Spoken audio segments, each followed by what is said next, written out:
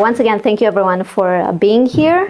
And for those of you that arrived, it's not late, but later than others, there are also free pens. So make sure that you are not discriminated against and that you get your free pen. So that's on that. And if at any point you find that I speak in a volume that is not too loud, please raise your hand and then I will make my best to accommodate for that. I do promise that the content would be worth it, even if the volume is not the highest. So let's dive in actually to the reason of why this lecture was created to begin with. So as Ira mentioned, I had a very long career being a professional debate coach. And when I coached at universities, I saw very bright students, and they would always do the same motions, talking about topics that are quite universal. But over the course of 8 years, I saw a shift in the way they present their arguments, especially the ones that just came into debate, started bringing arguments that sounded more and more like something we would hear on TV. They started bringing more arguments that are hateful or that sound as if they're talking about a conspiracy. Oh, the Supreme Courts, they're doing this and this to us. Or they started saying things that are not as founded in fact, or they started bringing in more of maybe opinion and not necessarily fact. And I found this very curious because when we talk about new students, they're not familiar with the art of debating. They don't know what persuasion is. What they know is what they think others in society believe is persuasive. And they thought that this is the way you are supposed to persuade. So then when I tried to comment to some of them and to say, look, this is not good rhetoric. This is not what makes people change their minds. Some of their answers were, but this is highly effective. We can see that people like Trump use it all the time, and he has a lot of followers, and there are a lot of people who think that this is good rhetoric. And the fact is that they are correct. Many people fall into this kind of rhetoric in the sense that they follow the people using them, or at least they seem to think that there is something to them. Now, this does not mean that it is good. And moreover, I would say that this is a problem to democracy. Because as we will see, when someone uses dark rhetorics like this, they actually erode our common understanding of what is real, and then we can't really talk about the same issues, but also they erode our ability to reach a form of consensus or compromise that are necessary in a democracy. Because if you bring a kind of rhetoric that is about us versus them, then there is no room for complexity. There is no room for compromise. And that is something that we highly need. So the situation could have been better in terms of the landscape of rhetorics that we're seeing, but the good news, and this is why the lecture was created, is that there are things to be done about this.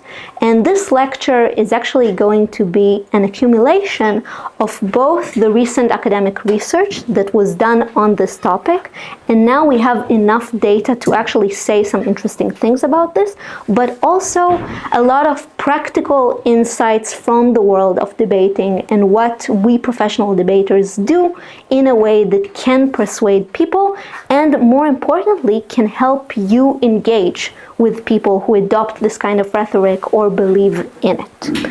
So then what we are going to do, we are going to talk about three main topics. We're going to start with populism, which is something that is super easy to spot and to see around us, but much harder to engage. I think many people don't know how to respond to populist claims in a way that can actually change minds.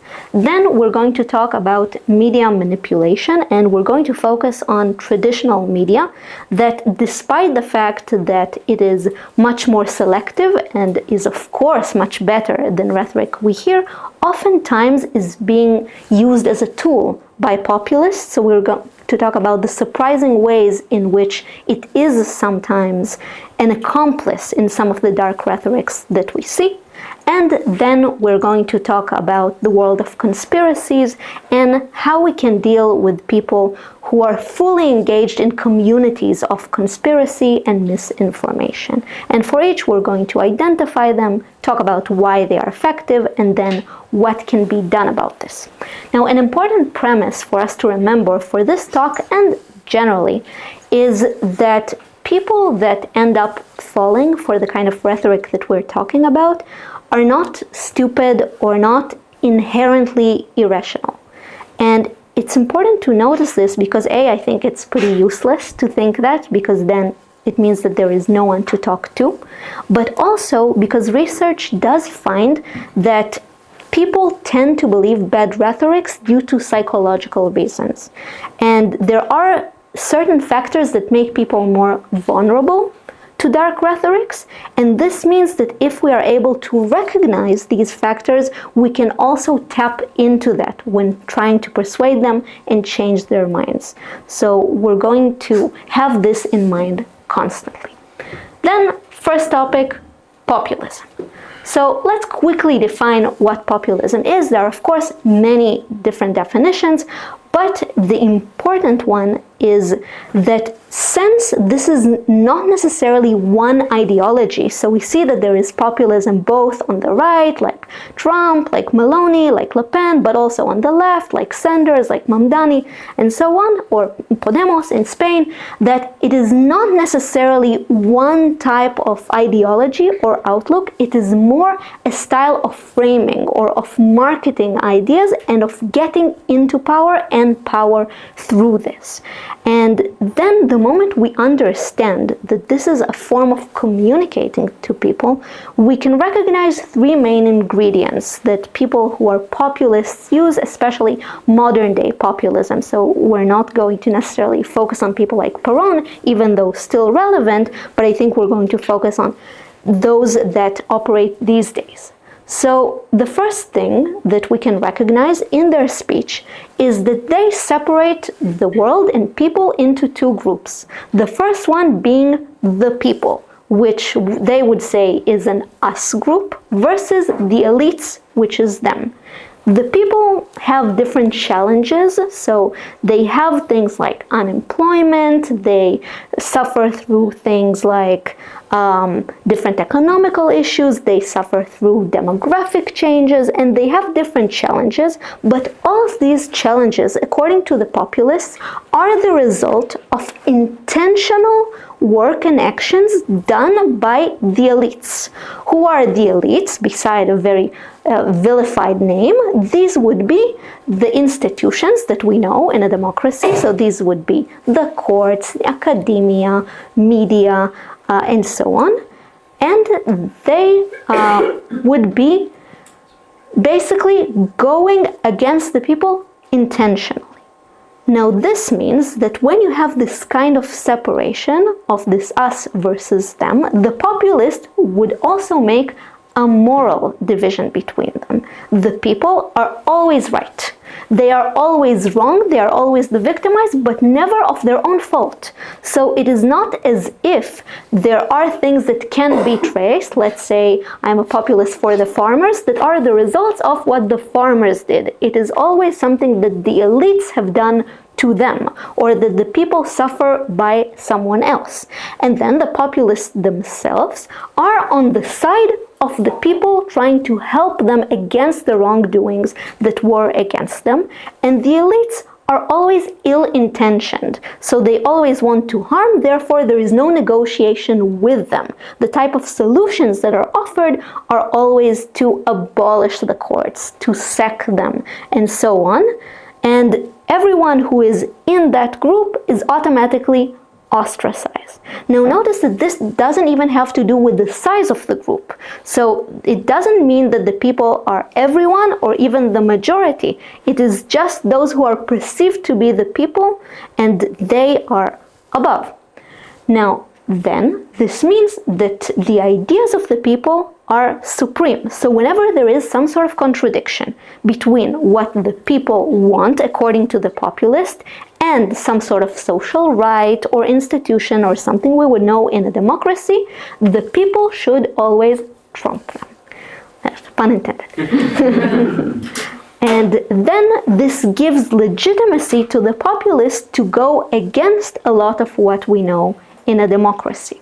Now, this then translates into tendencies that I've pretty much covered, but I would add that the populists see themselves as the exclusive representatives of the people, so they say that they embody the will of the people. Therefore, the solution would always come from them. They know the people, and if they are in power, then they can operate for the people.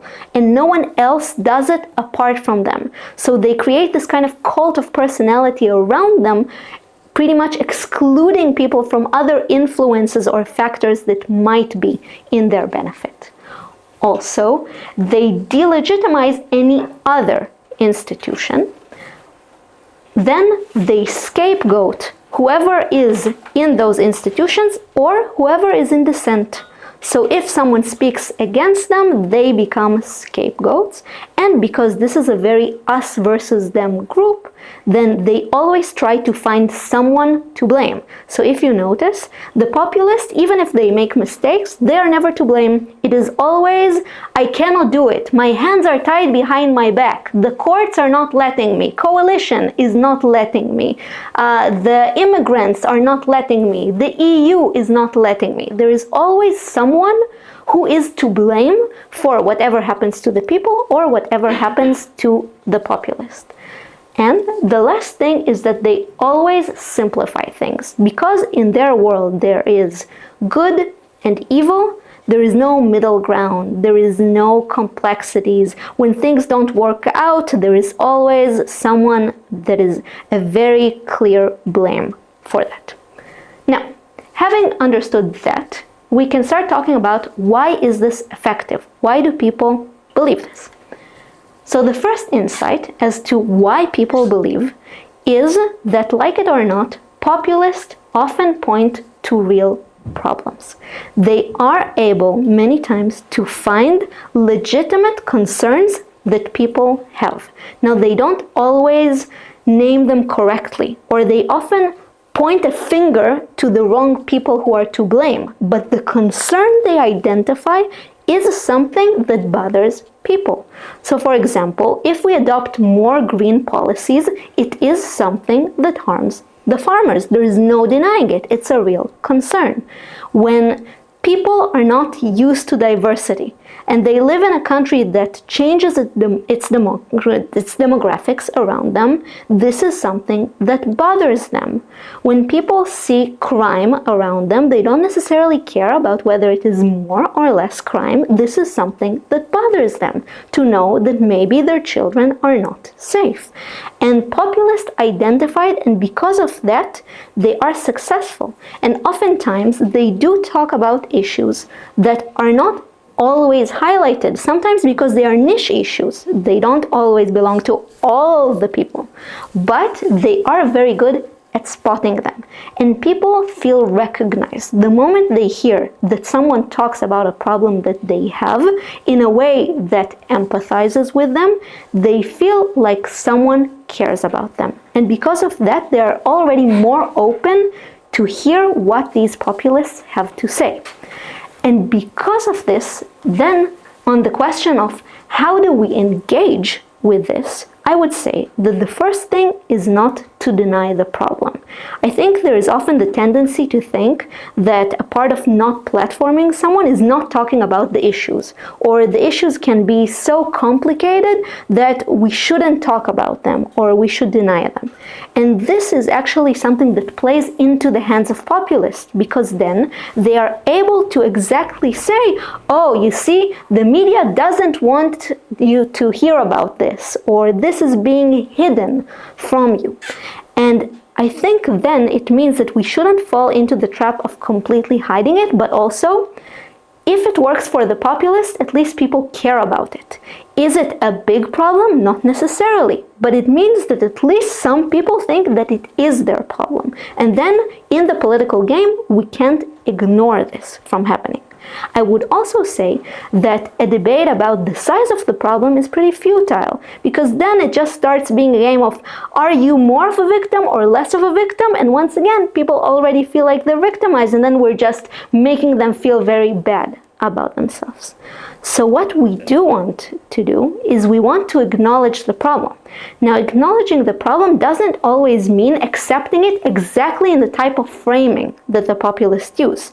So notice that some problems we can accept as they are, but other problems we can trace back to a common origin that they share with values that we all align with.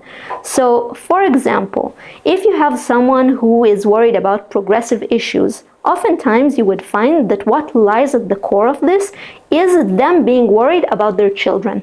They worry that their children would be influenced in some wrong way. Now, I think we can all agree that we all care about the children and we all want them to grow up to be successful human beings. And I think this is the kind of pain that we can identify with. I think we can tell someone, I know you care about your kids. Or we can say to someone, I know that you are worried about having less jobs because of this. I think this is something we can talk about, we can find a common ground, we can give people this recognition, and we don't even have to say, I know that you are worried about the immigrants, because it's not necessarily the immigrants' fault for doing this. But then we still want to have this in mind. Now, if we do think that there is a problem that is a necessary evil, I think we don't want to deny it, but I think we want to show why this is for a greater good that also applies to the people who are concerned about it. Because if we can identify some sort of social problem that we are not fixing in order to fix a problem for someone else, why should they care? Right? Why would they agree to that?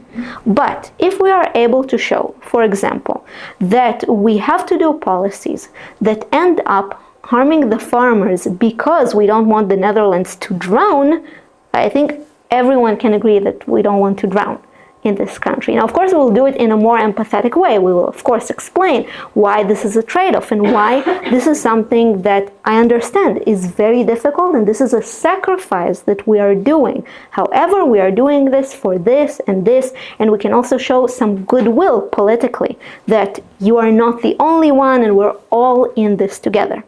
I think an interesting example for that we don't have time for videos, but if you want, you can look up on YouTube. Pete Buttigieg, the American politician, was tackled in a debate with a question about abortion in the late trimesters. And he gave a very beautiful answer, in my opinion. So he starts, first of all, with empathizing, saying, this is a tragedy. If there is an abortion at this stage, it is terrible, it is a loss of life, it is not something to be taken lightheartedly.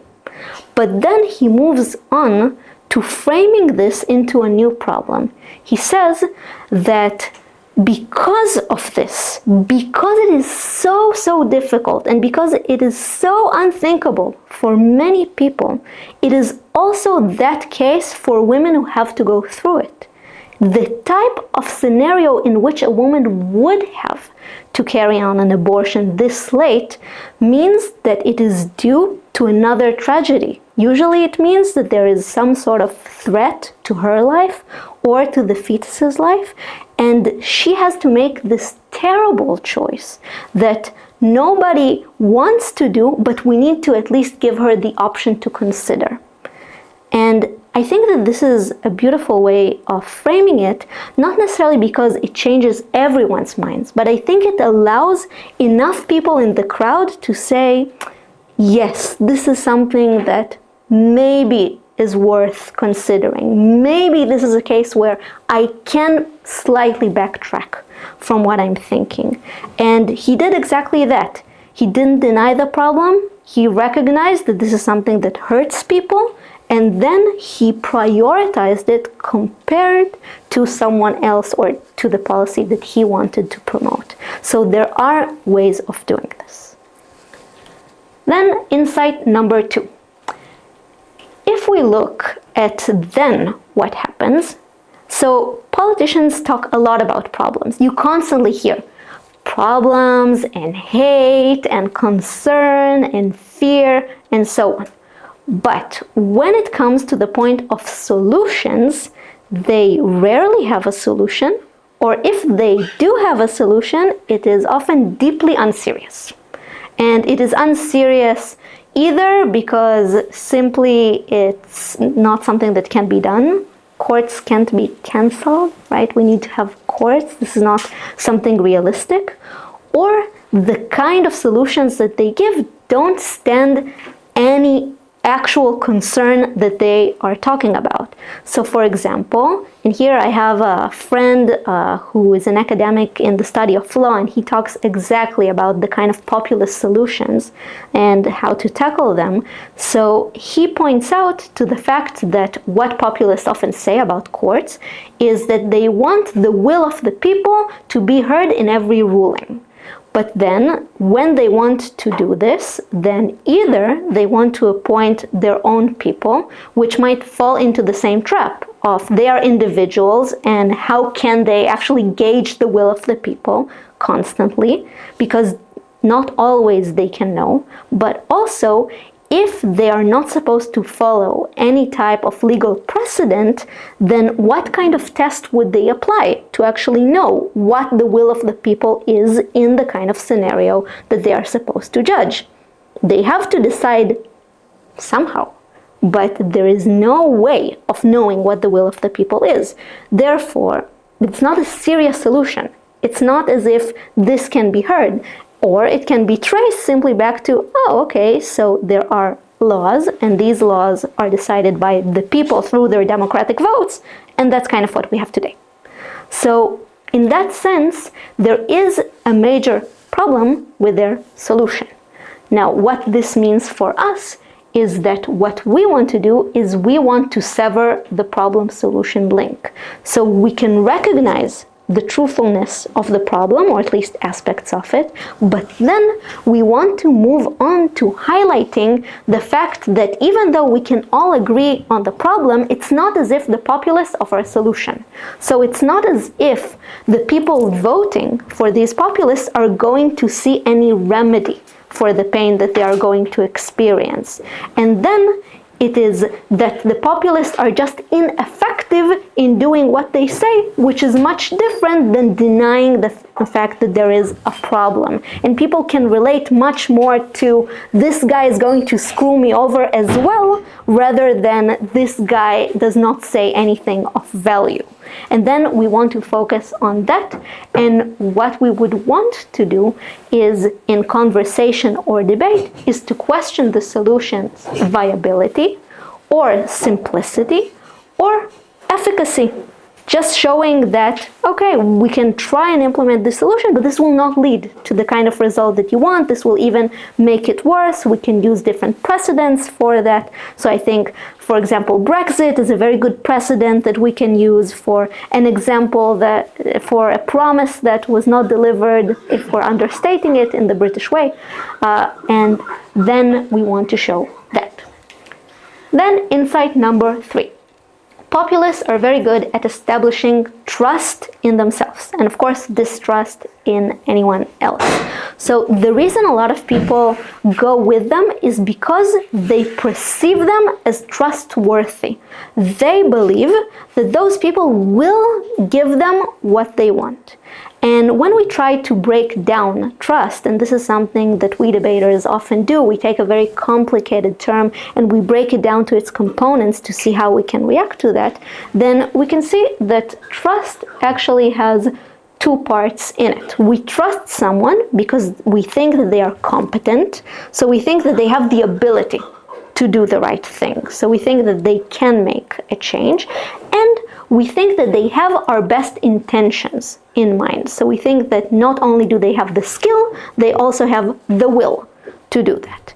Now, what we then can do when debating them is we want to show that either they are simply not competent in doing what they say, therefore they cannot be trusted, and that they don't have our best intentions at heart.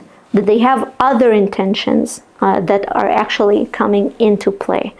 And then we are able to at least break some of the trust that exists in them. Now, it is important to remember that simply scare tactics don't work. So oftentimes there is the attempt to try and say, oh, but if you vote for someone like that, then they will ruin our democracy. Then we will have ultimately bad results, and we say, look at Turkey, look at Hungary. Now, it might be the case, but thing is that this is not highly persuasive for people who support them, because A, they can find counterexamples, or at least they can find evidence to show why these people are not so bad, or at least not so bad for them. So they can always point out and say, well, Meloni is the longest reigning prime minister that Italy had for decades now. And they would be right. It doesn't mean that she's good, but they can say, oh, but this is a good thing. We have stability in her, at least. So then just scaring them is not often seen as something that would happen. But also, people are often so afraid of the problem that they would be willing to forgive a lot. And then it doesn't help saying, oh, you will get things that are so bad, because in their perception, reality as it is now is so bad that they would rather do anything to change it. And that anything can be the promise that this populist has. So I think then it's more important to focus on other things rather than just say, if you vote for them, this would be a problem. Now, this also means that while we want to sever trust in them, we want to create an alternative. Now, of course, people in this room, or maybe they can, try and create this alternative that has trust in institutions, in other candidates, and so on. But it is not enough to say populists are bad if voters think that there is no alternative. If voters say, oh, okay, Trump, he might not be the best, but the others, there is no one worthy. Give me one name that I can vote to, they would probably still vote for Trump. So then we want to make sure that for whatever alternative we suggest, we create trust as well. And this trust is exactly showing voters that their best will is taken into consideration, that there is someone that can be trusted, that is going to do things for them. Now, of course, it's easier said than done, but I think that's the general direction that we should head to. Then insight number 4. The problem with populist rhetoric is not wrong facts. Now, of course, they oftentimes use wrong facts. And they say things that are sometimes really outlandish, like Trump saying that they're eating the cats and the dogs. Now, this is a blunt lie. But the thing is that it's not as if the wrong fact or the fixing of it is going to fix people's minds about the populist. Now, I'm not saying that we shouldn't have fact-checking, and I think it's super important that we do have journalists that do publish the right facts and that people can be aware of them and that we don't leave it like that. But when we have just our own conversations with friends, with family, with people that we know, it is not as if we get the facts right, this is what's going to change their minds. Actually, oftentimes, it's just going to create a sense of alienation.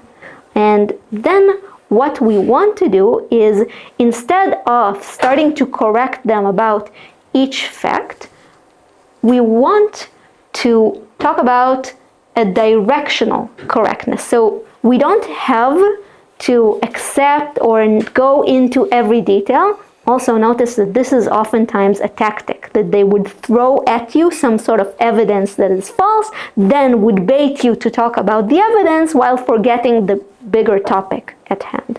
So I think we want to talk about trends. We want to talk about general phenomena rather than about whether this person did this or that.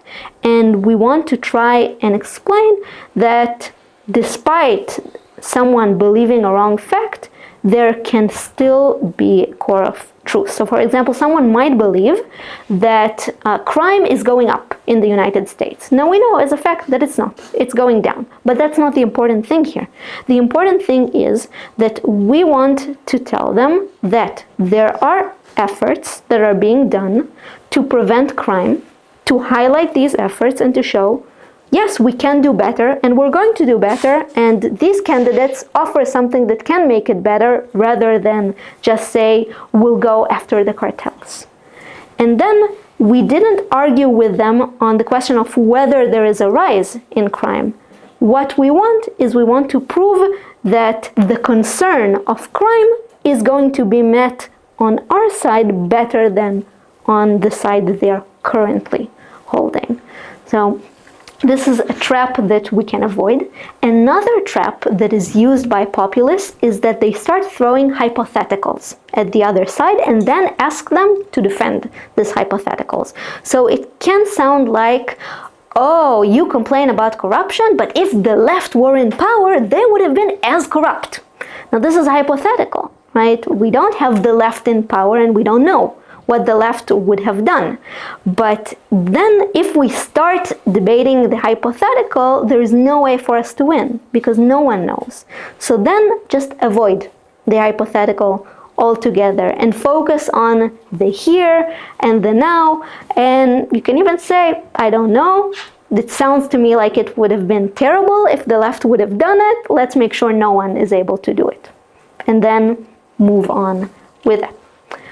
Then, another fallacy that happens is that sometimes when we want to defend the status quo, or we want to defend the institutions, or we want to defend a policy, we tend to think that we need to present it in an idealized way, as if it is all perfect and there is no fault to it. The thing is, in real life, there are no solutions that are 100%. Right? If that were the case, there would have been no people in prisons and everything would have looked differently. So there is no perfect solution. So then we don't have to act as if our alternative is 100% good. It is enough for us to speak comparatively. We want to show that the alternative we offer is better than their alternative, that having status quo as it is better on these and these metrics that we all care about. And then we want to put our emphasis on showing this is better or this is worse, and not this is amazing, this is the best. It doesn't have to be the best. It just has to be better. And that's enough, and it's hard enough as it is. And the last thing is, oftentimes we can argue through what is called first principles. So just talk about general logic. We don't have to hold all the facts, and of course we wouldn't want to make them up, but we would want to talk about what is likely to happen. And here we can just use our logic of, if we do this, it is very likely that people would change their incentives and do this and this and this. So we don't have to feel like we need to hold all the facts in order to say something intelligent about it. So all we have to do is we never make up things, we just give the rationale behind it, and we just generally explain why people are going to react in ways that we think they're going to react. And this is something that we can all tap into, we all understand. Then, last insight about populists is that they make identity salient. Now, what does it mean? All of us hold different identities. So we are members of nations, we are members of social clubs, oftentimes our hobbies define us. So we have a lot of identities. And psychologically, identities are really important to people. It is something that gives them a sense of belonging. And that's why if people perceive an identity of theirs being in danger, or someone actually trampling over their identity, automatically they feel a need to defend themselves and to defend the group. Now, what do populists do? populists have the ability not always to even choose the most prominent identity that people have, but choose an identity that their voters hold dearly and make it salient, meaning they repeat over and over this identity. They talk about it. They make it a political issue. They explain why it is important. They explain why it is victimized. They explain why it is under attack. And then it is much more in the awareness of the people listening to them, and then they are more susceptible to being offended if someone says something about this identity, or they are even more likely to be outraged about this. And here, research found that people actually do feel stronger when they even hear the word of their identity. So people were in a research presented with different false claims. Some of them didn't have to do with their identity, so lies like about the inventions of Edison. And then they were also presented with different false claims that had to do with Republicans or Democrats. And the research showed that while people didn't really care about the lies about Edison, they cared a lot when the lie was about their social group and their identity. And even their brain was activated during this. So we can see that even using this as a form of rhetoric is something super, super strong, and populists understand this, and they do this a lot. Now, what does it mean that we can do? So first of all, we don't want to attack them personally, or we don't want to attack the group. So we don't want to fall into the trap of saying, oh, they are this and this, they are stupid, they are captured, they are uneducated, they're bigoted, because then they just feel more threatened. And then we just push them to the corner to feel all alone and running back to the populist who is going to help them. Now, even the attempt that was done oftentimes to divide this group and to say, no, there are elements in the group that are problematic, but it's not everyone in the group, often backfired. So we saw this with Hillary Clinton's very famous wording, the deplorables, that what she meant to do is she wanted to say that some Trump voters are misleading everyone else and they're deplorable and don't be like the deplorable. But what happened is that he was able to say to all of his voters, look, the elites are condescending, they see you as deplorables, they don't like you, they think that you are that way, and ultimately people believed him and not her version of it. So in this sense, even this nuance is just often lost, and then I wouldn't recommend that you try to do it. I think what can be done is either to try and reclaim an identity, so to show why this identity is not something that belongs to the imaginary people that the populist says that they embody, but that the group identity can be associated with other things. We see it interestingly in different protests around the world against populist regimes that would use the national flag as a way of reclaiming the identity and showing that it is actually the people protesting that are the nation and not the government that claims to be. So we see it, for example, in Israel with the Israeli flag, or in Nepal using the Nepali flag. And I think this is a very strong visual even cue of trying to take back an identity and say this is not something that belongs to the populist.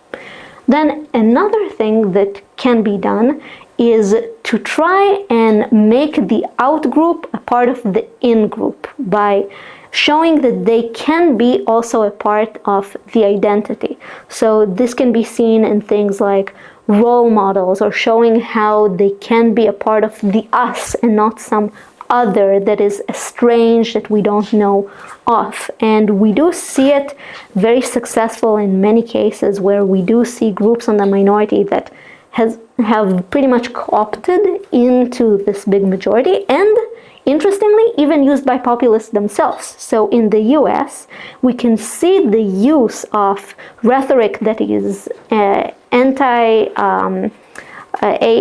affirmative action. So they often use Asian Americans to show why this is bad. So in a way, it is a form of creating tokens, but also it does go to show that Asian Americans have become a part of the identity. So I think the side that is not populist can do the same. So they can find ways to co-opt groups that are seen as on the outsides and show that they are also a part of the identity groups that everyone cares about. Then moving on to media manipulation. So I guess for reasons of time, we would not talk a lot about this because I think much of this you do know. What I think is interesting to say is that unlike this dichotomy that we have in mind, that populists only use the internet, they also use traditional media. So it's true, they use the internet in a way that really embodies everything that they say. The internet is uncensored, it's unmediated, they are able to speak directly to the people, and then they are able to communicate in a way that creates trust without then having any filter on them. Traditional media has much more gatekeeping, and that's a good thing. And in a way, it's not good enough because they are still being used by populists in two ways. The first one is that unintentionally, they sometimes amplify populist messages. And here there is a pretty big body of research already. Interestingly, some of it is done in the Netherlands. So Uwe actually published quite a lot of studies on the ways that traditional media played a part, and it's not one-dimensional, but also played a part in the rise of populism in the Netherlands. And the second way that the media does it is by serving as a punching bag. So whenever things go wrong, the populists use then the media as a scapegoat, and then they are able to get political gains because of that. Now, let's talk a bit about what this looks like.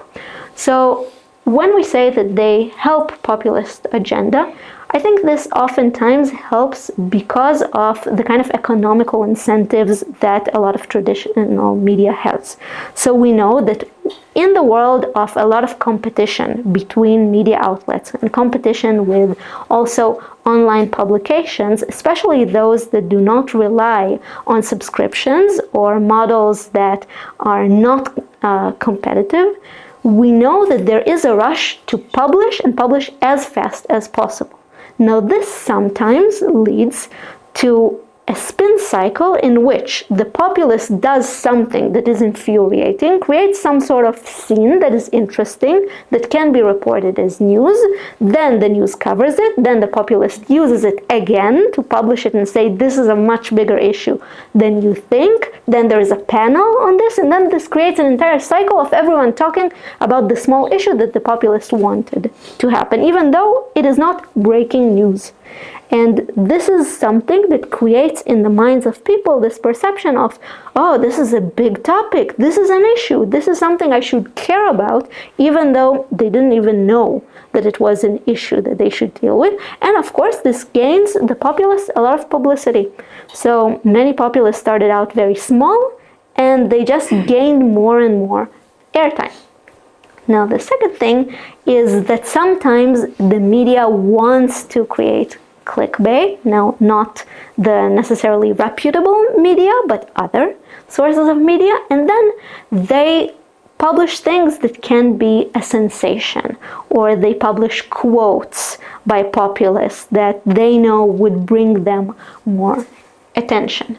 Now, when we talk about quotes, this is often something that really manipulates people when quotes of populists are used even as headlines, and then people don't really understand that this is not necessarily a fact, but this is an opinion of the populist that is just presented as fact. Now, today, I even saw a headline that was worse because it didn't even have the air quotes. It was in Sky News saying, breaking news, US and Israel are backing protesters in Iran, comma, says government source. Now, here I think you can all understand that the government we're talking about is the Iranian government, but this is omitted from the headline. And there is no even pretense that this is a quote, so there are not even quotation marks, and I think many people can think, oh, okay, this is a fact, and not government propaganda by the Ayatollah regime, who is now struggling against protesters that want to topple it. So in that sense, this creates a huge manipulation that we should be aware of. Then, of course, shallow coverage falls into the same rhetoric of populists, in the sense that it creates this norm that issues are not complex, that issues are simple. And this is sometimes just a matter of thinking that everyone has ADHD, so we can't have long pieces on things. But if we're being honest, it's very hard to really explain what is the value of institutions if you only have 1.5 minutes of coverage of a certain topic. And it's really hard to make people to engage properly with something if it's covered in a very shallow way. So then this is a problem. Another problem is that the news oftentimes wants to be seen as balanced. So they have a panel to discuss things, and this is a positive. But the problem is that sometimes when choosing who is going to be on that panel, in order to create balance, they would choose someone who is a populist, who is the most extreme, and someone who is not extreme on the other side. Now, this creates the perception, first of all, that these two opinions are as valid, and also that these two opinions are equal, and not one that is on the fringe and one that is mainstream, because they are given the same access. And this then gives much more power to a populist claim than it would have gotten if it were two mainstream opinions from different sides of the same motion or topic. And the last thing, weak moderation. And this is something, even if you hold a debate, if there is no strong moderation, if there is no one to actually assign permission to speak, or being able to cut someone off when they are speaking out of turn, or when they are shouting, or confronting them with a question if they don't answer it, then this, of course, gives an advantage to whoever shouts more. And populists are willing to do that, of course, and people on the other side are not. Now, I'm not saying they should. I think it's very bad if everyone started shouting. I think then this means that we need to have strong moderation in order to prevent them gaining power through being more aggressive in discussions or through dodging actual answers that they need to give to answers. Then, oftentimes, media falls into the populist trap. So this is the case where it itself becomes a scapegoat of the populist. And here we of course know that media has become tribalized. It's not something new, that people can choose the type of media outlet that matches their identity, and then there is no real conversation between them. And some media outlets have become a tool for propaganda, or at least they have become unfair in the way they present things, but there is no way of creating a common language when we consume the news. And this is also a problem then used by populists, saying, oh, the traditional media, they don't want to talk about what the good media talks about. And then they use this tribalism as a way to try and chip more and more and erode the trust in media that still does a good job. Then the second thing is that they capitalize on mistakes and biases by the media. So we've explained that there are, of course, honest mistakes that are done. Sometimes the media does publish something wrong accidentally, but then the populists, of course, point at this and say, oh, they cannot be trusted, and they use this to take away any credibility that they have. Also, they can point out to certain interests that certain outlets have, and I think there is a separate debate which is really fascinating, but we don't have time to go into, about ownership of journalism and what this means. And I think the question of Bezos owning journalism is also an interesting one, and whether there are things that are not covered. But this is not to say that we cannot trust completely the media. It means that we should criticize them, but of course the populists would have people believing that this takes away all trust at these bodies. Now, a more interesting thing that I do want to talk about a bit is the fact that, and this is something we just learn when we learn rhetorics, any use of language contains biases. Now, this can be a wonderful thing, right? If we can choose the right words, we can convey different messages. We can persuade. Our words are not neutral. They have some sort of value judgment or normative value to them. Now, this can be used in a great way. But this also means that simply by using language, media also expresses some sort of opinion or some sort of bias that exists there. Now, once again, not necessarily a bad thing, but for example, there would be a difference in the choice of words between a journal that is more left-leaning or right-leaning, even if they talk about the rich versus tycoons. Rich sounds more neutral than tycoons, which sounds worse when we talk about the same group of people. Or if we talk about the bureaucrats running the economy, or if we talk about the professionals hired to work in those ministries. These are the same people, but even the way we refer to them already has meaning. Now, this meaning is often our connotation. So this is the meaning that we assign as a group, and this is something that is often based on our identity. So Americans, when they hear the word socialism, they would react with much more fear than Europeans hearing this word. Why? Because of their history and their perception of socialism when they went through the Cold War. Now, this means that when we talk to them, we need to be smart about, okay, do we want to use this word because it has this connotation that might not exist somewhere else? Now, then we have this choice of words, which matters a lot, and here sometimes in a dramatic way, so there can be a difference between whether it is protesters out on the street or rioters on the street or activists or hooligans in the street, and this can make a huge difference towards how people feel towards the same thing. This can be the difference between active and passive. So when we have a sentence that is active, we know exactly who did what to whom, and it's very easy to decipher what happened. But when we have a sentence that is passive, then it means that the action becomes orphaned. We don't know who did it, and this can create confusion, or it can even create a bias. So if we hear 5 people killed at a Black Lives Matter rally, this is true, but we don't know why were they killed. Were they killed by the police?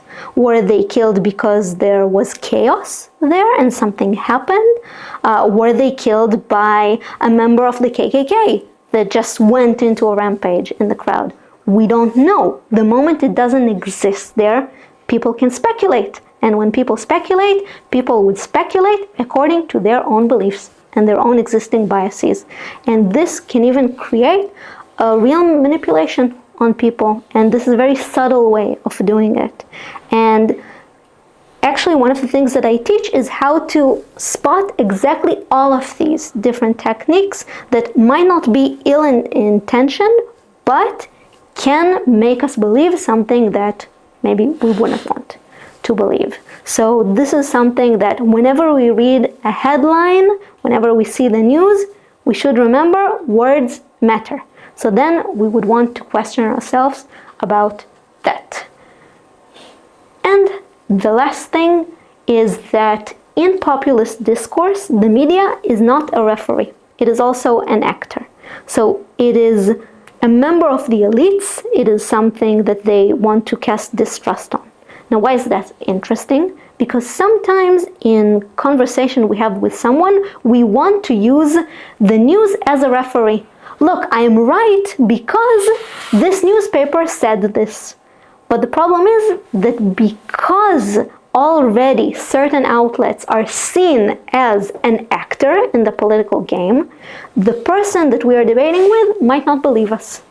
And then we lose our ability to persuade them because automatically they think, oh, it comes from this source, it's a lie.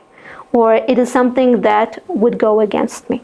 So then just have it in mind that just saying, oh, I checked my sources would not always bring the right result. So it's even better to say, well, look, this is something that happened, or question where the other side got their information from, but in a curious way. So how do you know this? Did you see it? Did you actually see someone eating cats and dogs in the US? Is that a thing in restaurants? Like really try and talk about their sources and not just automatically pull this authority that is not authoritative to them. So then what can I do about it? Of course, if we could change certain aspects of media, we would, but our means are more humble. So as I said before, we want to consume, but we want to do it critically. So don't lose hope on traditional media, or at least on reputable media. It does have ultimately good incentives, or at least better incentives than what you would hear from populists. But then what you want is not to question the facts that they bring, but the framing. So you want to question the words that they use, or you want to compare between different reputable sources and see, okay, what are the commonalities? What are the things that we can all agree about? And then what is a matter of framing, or is a matter of political perception, or the lens through which these events are seen? Also, don't feed the trolls. So, of course, don't click on the clickbait news. Don't comment. Don't make it pop more. So this is a small thing we can do, but it accumulates. And of course, demand better, but don't lose hope. In a way, it's kind of populist to say, oh, I don't trust the media, I don't watch the news at all, I just follow these and these people, because it's exactly what the populists want, just with different people. They want them to be followed, and then it kind of casts us into the realm of not having any common language at all. So, would not recommend that. Then, last part, misinformation and conspiracies. So this refers to different groups that can be, let's say, not harmful, like people who are flat earthers, they just have the facts wrong. These can be groups that believe in things that are actually a matter of policy, like anti-vaxxers, which can cause a lot of social problems, but what we know about them is that they have gained much more popularity because of the dynamics online, and because they are able to form communities online, and then their numbers did grow. But luckily, so did the research on them. And now we know more about them, and there are things to be done. But before we talk about things that can be done, what does their rhetoric sound like? So how can we recognize this kind of speech that is conspiratorial in nature? So first of all, they use circumstantial evidence. So unlike regular evidence that we want to show is a reason for something, or is a cause for something, this happens because of this, they use circumstances to imply that this is the reason. So they would use for example, motivation as reason. Oh, China, it wants to compete with the US, so of course it would do that. Now, the Chinese might have motivation, but the fact that you have motivation does not mean that you automatically go and do something about this. Or they could use things like, oh, did you notice that everyone who supports that has the same kind of educational background? Isn't that something to be worried about?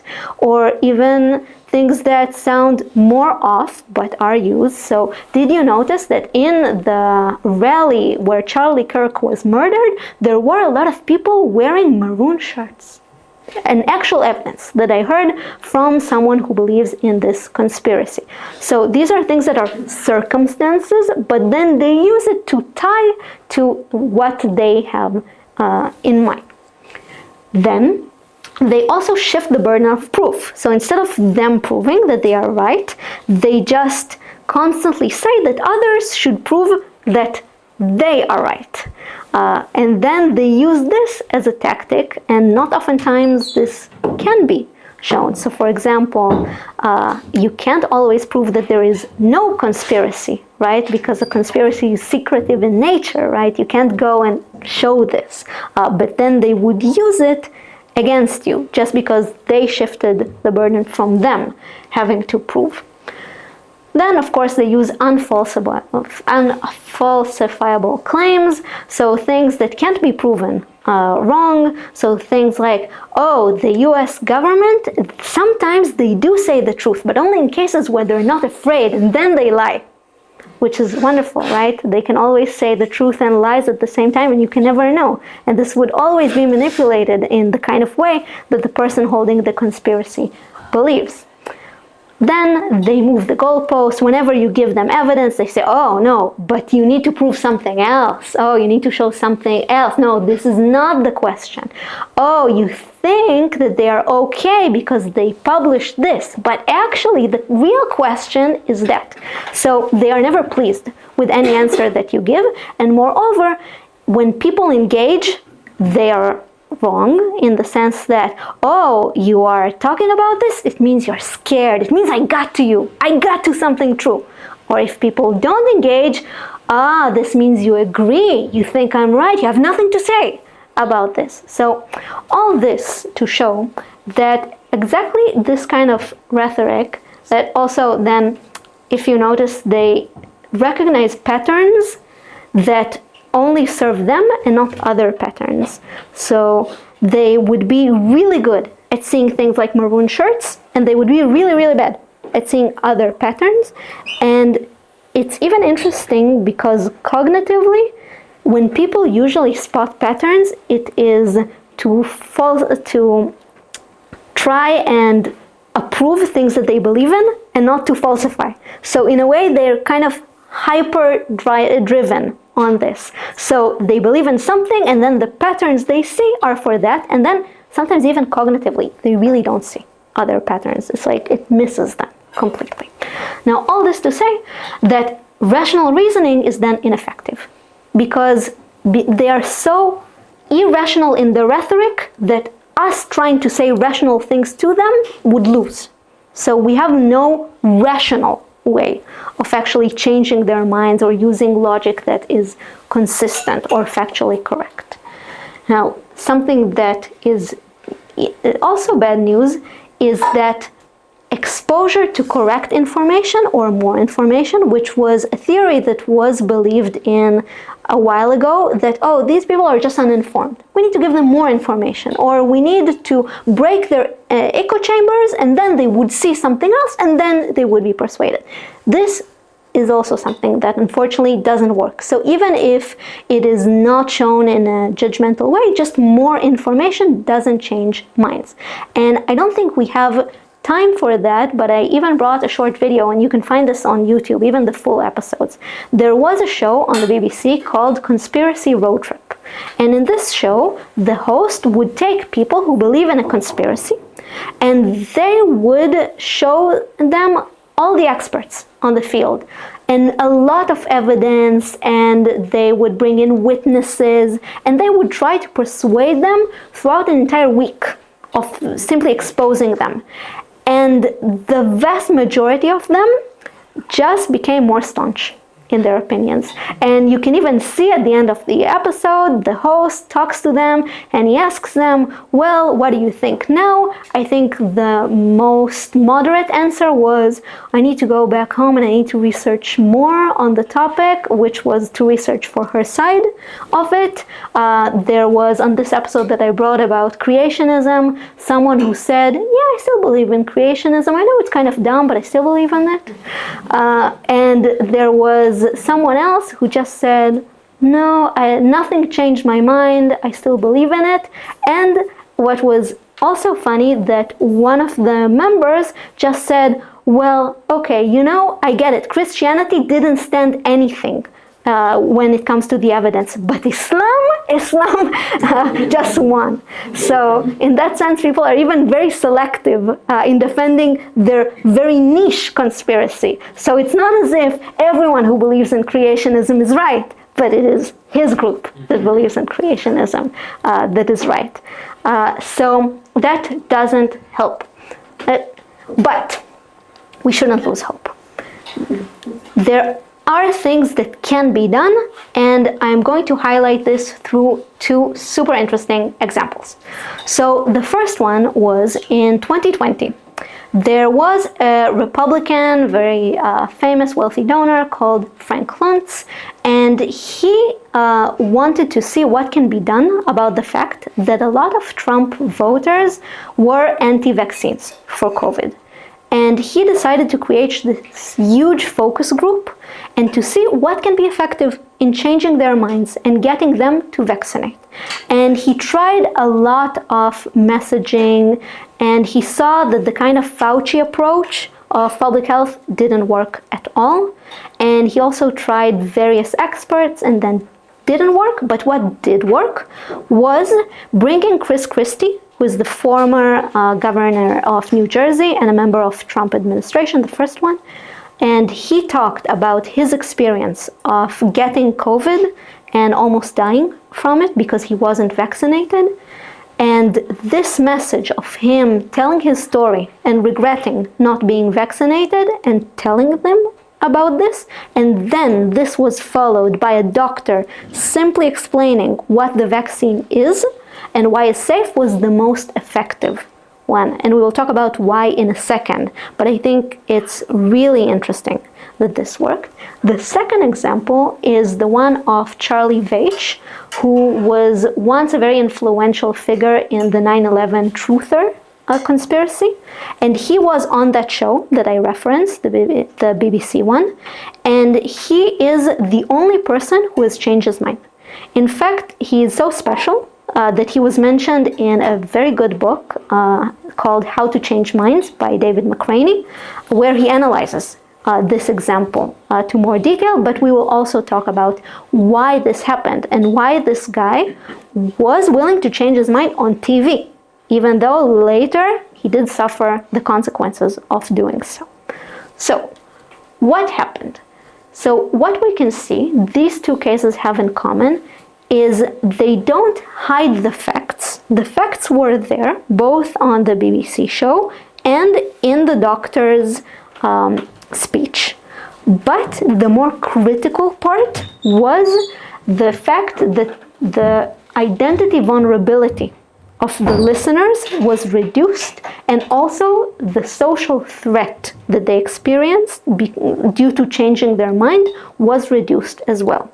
Now, what does it mean in those cases? So when we talk about Chris Christie's message, the reason it was so effective is, first of all, because he was not a threat to the identity of being a Republican. He himself is a part of the camp. He was seen as trustworthy, non-judgmental. He's not a member of the elite. He's not an outsider. He's someone that the listeners could trust and would think that he's on their side and has no hidden agenda. Moreover than that, he presented the Trump supporter identity and was able to detach it from an anti-vaccine one. So here he was able to show that you can be a Trump supporter and you can be for the vaccine. And this identity mattered more for the people listening to him. So then he already gained their trust. The second thing that he did, he gave them a very vulnerable story. So he told them a story of regret. And they were, first of all, they were really moved by the story. It's a very harrowing one. He almost died. He's in tears when telling this story to them. And they felt something. But also, because he was willing to expose himself, that persuaded more. They were willing to believe more someone who says, I was wrong in what I did. And this also made them more persuaded. And the third thing that he does very well is in his speech he uses an analogy. So he generally talks to them on a very eye-to-eye level and in a language that they understand, but he also analogizes the vaccine to a seatbelt. So he says, just like a seatbelt would not prevent you from being in a car accident, it would prevent you from dying in a car accident. And then he says the vaccine is the same. You might contract COVID, but you will not die from it, or you will not suffer the kind of symptoms that might ruin your life because of that. And this is not something that is very clear to understand, but also doesn't take away their concern of, oh, I might still get the disease. The disease would still be out there. So he acknowledges you might be sick, but then he gives them a ray of hope and says, okay, but this is what the vaccine prevents. And then this means that they were willing to say, okay, so I am a Trump supporter and I'm willing to do this. Now, in the second case of Charlie Vage, then there are circumstances that have to do with him that we can't always replicate, but are interesting to note. That the first one being that he really saw his identity and himself as a truth seeker. So he was really motivated by the fact that he is a person who wants to know. He is a person who always listens to the facts.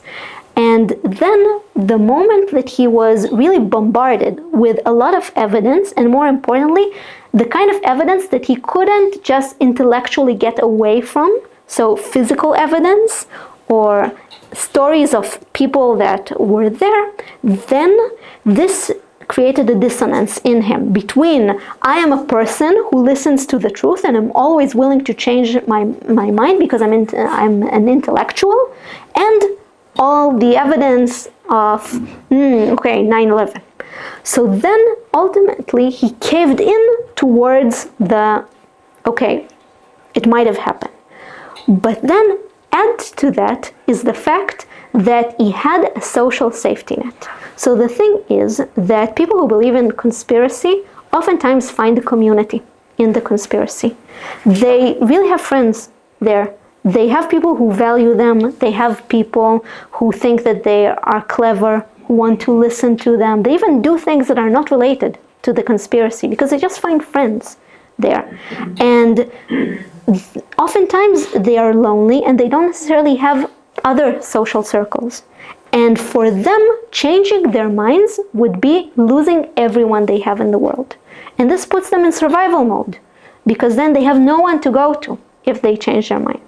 Now, he was quite fortunate that at the time already he had a girlfriend that did not believe in the conspiracy, and he started having other friends that don't believe in the conspiracy. And then he knew that even though he paid a price for leaving, at least he had other support. And this combination really allowed him to change his mind. So I think this is highly fascinating, and this also means that there are things to be done. So we're going to talk about them, and then we're going to finish off the lecture because I see that we're rushed on time. So what all of the solutions have in common is that we want to create psychological safety to counter this feeling of belonging in defense of the group, of the conspirators. So then this becomes a precondition for actually exposing to other facts. And then what can be done? First thing, ethos. The moment we are able to bring evidence from a trusted source by those people, by the people we want to persuade, and by people who validate their authority, or at least other identities that they have, this is something that can be done. Second thing is we want to create a situation where there are environments of alternative identity, or we can actually say meeting lots of people. If people who believe in conspiracies have a lot of places that they can gain identity from that is not based on the conspiracy, they would be more susceptible to changing their minds. And this can mean even simple things like doing sports, volunteering, not talking about this in the workplace, and this becoming a safe space for them to feel like they are welcome. The more they know people who are not a part of the conspiracy, then they can feel safe to exit this. Now, here I even have a personal anecdote that was, in hindsight, proven to be exactly this, that in one of my debating societies during COVID, one of the students believed in the conspiracies against the vaccines. And he even denied COVID. And he, of course, constantly wanted to talk about it, and he wanted to troll, and he would get into horrible arguments with the other students. And during one of those arguments, I said to him, okay, is there anything that any of us can say, any evidence that can change your mind, really, really? And he was like, no. And I said, okay, thank you very much. From now on, we are not talking in our club about this issue. Complete moratorium on the topic. We're just going to talk about other things. And after 2 years, he actually changed his mind. And he came and he said to me that, I did find a home in the debating society. I felt like I was accepted, even though I held beliefs that were unpopular at the time. And I think this has a part of it in us creating a safe space for him to know that he doesn't have to only be online chronically and listening to those opinions. So I think it is this, and probably in other places as well, he started being exposed to people who don't believe in it and became more and more susceptible to hearing the other side. Then social media detox. So in a way, it's like people who are addicts. So this is a source of rhetoric that is bad, and then if you have less of it, it's better. Right, so you're less exposed, it's less on your mind. So then if people can be at least less on social media, it's very good. And another interesting technique that was developed by LGBTQ activists is called deep canvassing. And this is a technique that they used in order to try and persuade people to adopt pro-LGBT causes like gay marriages. So for example, a lot of the work that was done in Ireland with the referendum was based on deep canvassing of people going from house to house and then having conversations that are usually 10 to 15 minutes long with someone who is against. And in those conversations, there was a lot of emphasis on not being judgmental, just being very curious, asking them about their opinion, empathizing with it, acknowledging their opinion, mirroring it even, and then telling them personal stories by the activists. So not facts, not big arguments, just personal stories about their experience, hardships that they went through, things that were really vulnerable and intimate that usually you would not tell to a stranger, especially not someone who is against you, but they did, and then just asking them to think about it. And according to their research, they saw that 10% of these were able to get people to change their minds after one session of this, which is quite impressive for turning someone who is really against. So this was shown to be effective. And then David McCraney, that I mentioned, tried to develop this into something that everyone can do with the people that they know, and he called it street epistemology. And this is a 7-step approach that he says that can be used with people, of course, if you have the patience for it, and if there is goodwill, then what you can do is you want to ask them, first of all, for their permission to have this kind of conversation with them, and would they be okay to talk about this opinion that they have, or try to maybe change or try to have another perspective. Then you want to identify the claim that they have. So you want to really ask them what they believe in exactly. You want them to say it, then you want to mirror it back to them. And this part can be done not exactly in their wording, but in a way that reframes it to a subtle version of what they say, so not the most extreme, already making them think in less of an extreme way about what they have. Then, after you reach an agreement on what it is, the claim that they have, you ask them how confident they are on a scale of 0 to 100, and then you want to ask them, okay, how did you reach this conclusion? What makes you think this way? What makes you be, let's say, an 80 and not a 50?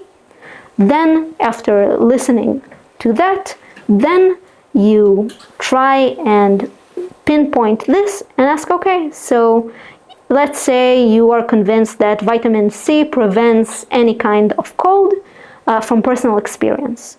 Let's say that I have a friend and he had a personal experience of taking it and then still getting the flu. What do you think about his claim? Do you think that this changes anything about what you say? Do you think it proves something else? And then really question it in a neutral way and show them gently that accepting their method of believing something, not what they believe, but the way they reach the conclusion, might not be something that they would feel comfortable with someone else implying. And then you just say, thank you very much, and you leave them to think about this. You say, I'd like you to continue on thinking about this. And this creates what he calls the pebble in the shoe. So it's like walking with a pebble in your shoe. It's uncomfortable and you start limping a bit, and if it gets to a point where it starts snagging, maybe you take off to the pebble. So then it doesn't mean that people would change their mind immediately, but they would walk with this a bit, and maybe they would start questioning their method of reaching the conclusion, and this might lead them to a path of being more critical of this belief, or generally in how they reach conclusions. So I would say that this you can try at home on people that you know. Now, having said that, it's not easy, right? I'm giving you these prescriptions that do work according to science, but it doesn't mean that it's fun. It can be very difficult and it can be emotionally draining, right? You have to be with people who believe things that sometimes even go strongly against everything that you stand for, and you have to be very tolerant and very patient. And I'd say probably do it with people you love, right? Because if not, maybe it's not worth it. And also it's very long. It takes time for them to change their minds. And of course it doesn't scale. It can work with someone, but you can't really reproduce it with many more people. And it relies on a critical mass of others that do hold the truth. Yes, that have the right beliefs, because if we want this person to be accepted and to be exposed to the truth, everyone else around them have to know the truth, and they have to not necessarily fight with them about this, but at least be a source where they can see what is right. And this is a form of herd immunity. So it means that we need to have a critical mass of people who do not believe in the conspiracy in order to help those who do. So it's a bit like treating an epidemic.